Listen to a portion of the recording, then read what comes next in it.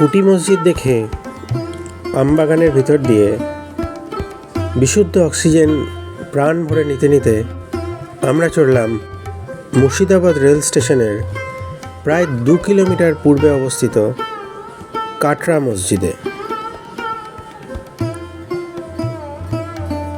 মসজিদটির নিকটে একটি বাজার ছিল।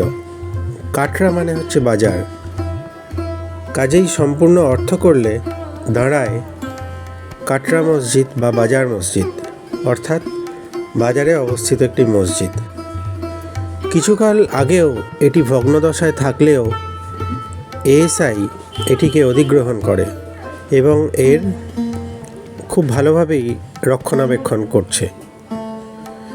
মসজিদটি 1723-1724 সালের মধ্যে নির্মিত হয়। এখানে নবাব মুর্শিদ কুলি খাঁ, যার নামে মুর্শিদাবাদ শহরটি তৈরি, তার সমাধি রয়েছে। এটি ভারতীয় উপমহাদেশের সবথেকে বড় কাফেলা কেন্দ্রের একটি। মুর্শিদ কুলি খান ঢাকা থেকে 1717 খ্রিস্টাব্দে রাজধানী স্থানান্তরিত করেন। তার নিজের নামেই নতুন জায়গার নামকরণ করেন মুর্শিদাবাদ। কাটরা মসজিদটি, এই যে নতুন রাজধানী, তার জামে মসজিদ হিসেবে নির্মিত হয়। এর সবথেকে লক্ষণীয় বিষয়, 2 কোণে উঁচু 2টি টাওয়ার আছে, যেগুলিতে আবার বন্দুক স্থাপনের জন্যে ছিদ্র পাওয়া যায়।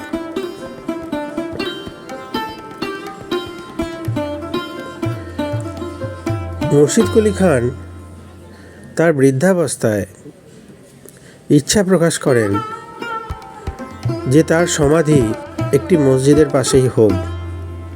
তিনি মসজিদটি নির্মাণের ভার তার বিশ্বস্ত লোক মুরাদ ফরাজ খাঁয়ের ওপর ন্যস্ত করেছিলেন, যিনি ছিলেন একজন কারিগর।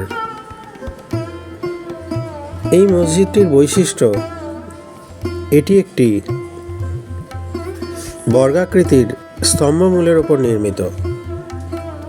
এটি ইট দিয়ে তৈরি এবং মসজিদটি সুদৃশ্য গম্বুজ দ্বারা বেষ্টিত, যা তখনকার দিনে কোরআন শরীফ যারা পড়ত তাদের জন্য নির্মিত হয়েছিল। এটিকে মাদ্রাসা হিসেবেও অভিহিত করা হয়। প্রত্যেকটি কক্ষে প্রায় 700 জন লোক কোরআন পড়তে পারত। কক্ষগুলির সামনে চত্বর বা উঠোন বিদ্যমান ছিল। 4টি কোণায় 4টি বিশাল মিনার অবস্থিত।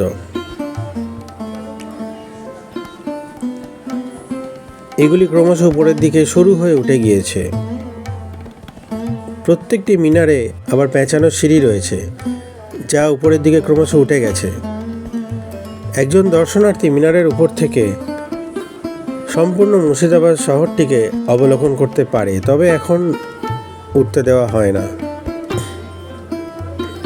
মসজিদটি সবথেকে বেশি ক্ষতিগ্রস্ত হয় 1897 সালের ভূমিকম্পে।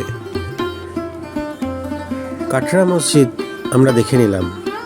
এর পরবর্তীতে আপনাদের সঙ্গে দেখা হবে মুর্শিদাবাদের অন্য কোনো দর্শনীয় স্থানে।